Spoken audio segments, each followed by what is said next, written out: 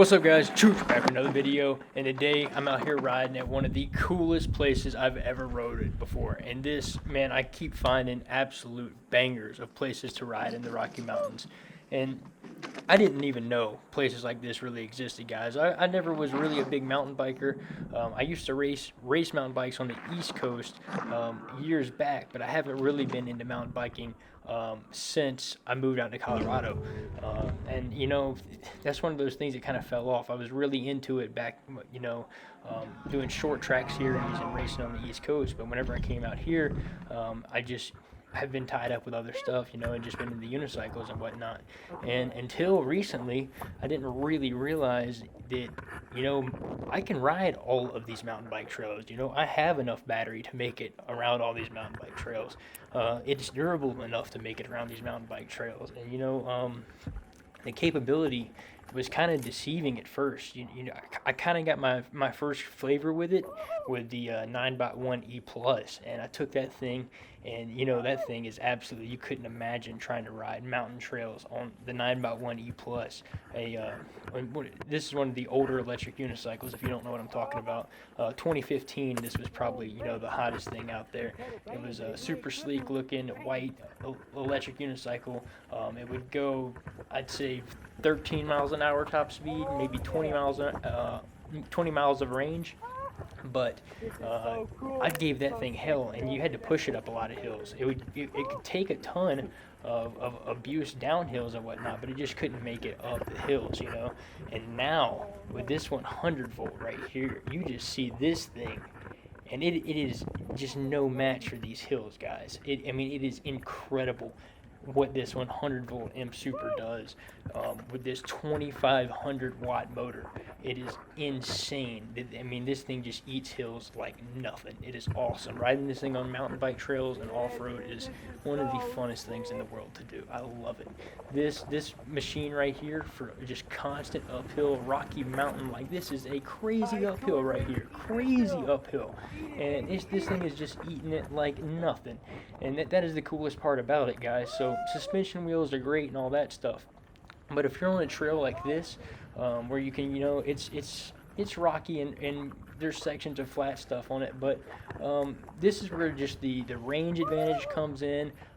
The speed is awesome, being able to ride this thing, and the torque is awesome, on trails like this. Granted, I would love riding the InMotion V11. I would love riding the S18, but this is just a whole nother style. I'd say this is more of an aggressive, high torque, high speed type of riding of, I have so much battery potential. I have so much power at my advantage. I'm just going to use it, and you aren't worried about saving battery on this thing. Like on the S18, if I was doing this loop, I'd be like, all right, I need to conserve battery on this loop. This is a really, really long loop we're doing right here with a ton of switchbacks. This is gnarly, guys, right here. We're riding on the edge. One slip up and your wheel is gone, guys. So that's one thing that you have to worry about. And I've seen a lot of guys out there, well, not a lot of them. I've seen a few on the forums, on Reddit, some newer people that get into EUCs. They think, hey, if I fall down, this unicycle might take off and it might go out of control somewhere, and it might hit a dog, a pedestrian, a person, a car. And I haven't seen that people actually like put a leash around their belt and connect it to the unicycle. And I absolutely advise against doing this. Don't ever do that. Don't ever put a leash around your belt and then around the unicycle. There's one place where I would think you might want to do that, and it's riding somewhere like this where you're on a mountain edge where literally one slip up and your $2,000 wheel is gone. Like that ravine down there is so far away, and this thing would just tumble end over end, and it would be absolutely gone. You would never see your wheel again. One slip up and it'd be gone. So that would be one situation where I could see an advantage of having like a leash or something. Just something right here. Like say if I'd hit that rock, my wheel just tumbled away. But say if you did go down and you were riding like 20 miles an hour plus and you had like a leash, like say you connected it to your belt or connected it anywhere, your foot, something like that. If you're riding a Sherman, if you're riding an M Super Pro, anything like that, it's just so much weight, guys. Just simple physics. It's just so much weight and inertia moving. It's just going to tear your bones, your ligaments. It's going to tear you up. I really advise against connecting the wheel to yourself in any way. If maybe through this little section right here, it would be a good idea, but I would never suggest doing that in actual like a street riding situation. This is the only place I could ever think that would be advantageous, you know. I mean, you see right there, that would just be, I mean, it'd be gone. It'd be like tossing a rock down the hill. It would just go forever. But this place was so cool, guys. And the gem about the Rocky Mountain, guys, is the summertime out here.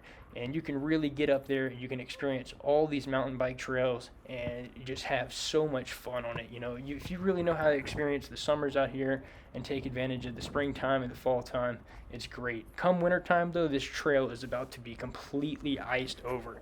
So I might be able to get a few more runs in it, but this trail is going to be completely iced over. And I'm going to have to come up with some way to make a studded tire for trail riding this year. I haven't done it in the years past, and I've just rode through the snow on all my electric unicycles. If y'all want to see some crazy snow riding and you're new to the channel, go back. I have some wild snow riding on these things, and with no studded tires, no type of extra traction or anything like that, just sending it, you know, just riding in the snow. And the thing about these unicycles, the reason they're so great in the snow is you have all your weight on one single point of contact. So if you think about it, if you're in a car, if you're on a electric skateboard, if you're even on a motorcycle, your weight is dispersed out farther. So you have more points of contact, which means there's less force on one specific place, if this makes sense, you know. And so you would think, you know, a unicycle is going to be slipping out like crazy, super dangerous in the snow.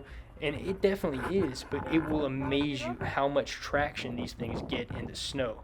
And I'm not kidding you. These things will hook up and just cruise through the snow because it's just so much weight pushing down on one spot. If it's slushy snow, powder snow, you just plow straight through it because you just have that one point of contact right there. And the motor, I mean, it barely has to work, you know, it's barely working. As opposed to if you're riding a bicycle in snow, you have those 2 points of friction that are bogged down by snow, and it's just harder to pedal, you know. So you can, I mean, I'm the only one in town that's just cruising around like nothing on these things. We even have people where I live that will cross-country ski, and they'll cross-country ski during big snow, you know. They'll actually be multiple people through town, you know. The parks and whatnot will have people set up cross-country skiing and whatnot, and I'll come by on the unicycle, and it just blows their mind, you know. I can easily get through slush, deep snow, whatever it is, and these things are waterproof, guys. I've never had one mess up due to riding it and getting it wet. I've rode through 5 years of insane snow. I'm talking packed snow inside of these. I have a little tray that I put next to the door, and whenever I ride, snow gets completely caked up in it. I'm talking probably about 2.5 gallons worth of snow.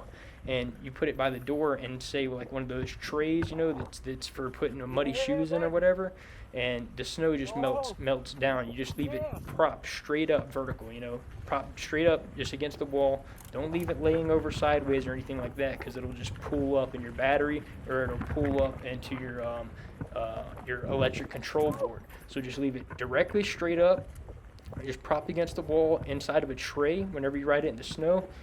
Leave it overnight, and sometimes I'll even put a fan on it. Like if I rode, you know, in deep snow and there's a ton in it, I'll just take a fan, put on it, and just leave it by the door overnight, and it'll be completely dry the next morning. All that snow will just melt down. It won't affect anything, and the fan will dry it out, and you should be completely good to go. And if you want to hit it with a little bit of like chainsaw grease or a little bit of chain lube around the axle next time you take it apart, that's a really good idea to do for the snow. WD-40 will get the initial water off of it on the inside, but that's not something you want to do every single time you ride it. You don't want to spray WD-40 on the axle every single time you ride it in the snow or rain. These things are pretty durable. You know, you can ride it through a lot and just hose it off, and it should be good to go, which is the cool thing about them. I hate doing maintenance on stuff, and these things, you know, they're pretty low maintenance for what kind of abuse you can give them, which is something I really love about the hobby. Coming from dirt bikes, you know, every single ride having to change the air filter, change the oil, clean the whole thing, you know, these are really low maintenance for the amount of fun, ride time, mileage, and enjoyment you get out of it. Guys, I got y'all the ultimate hookup from the guys over at Lazy Rolling. Use the code CHOOCH for $20 off any order over $100 at lazyrolling.com. And this is for the armored jacket and the armored hoodie that I wear in all my videos, as well as armored pants too. These are sweet. They really offer a lot of protection and easy to throw on.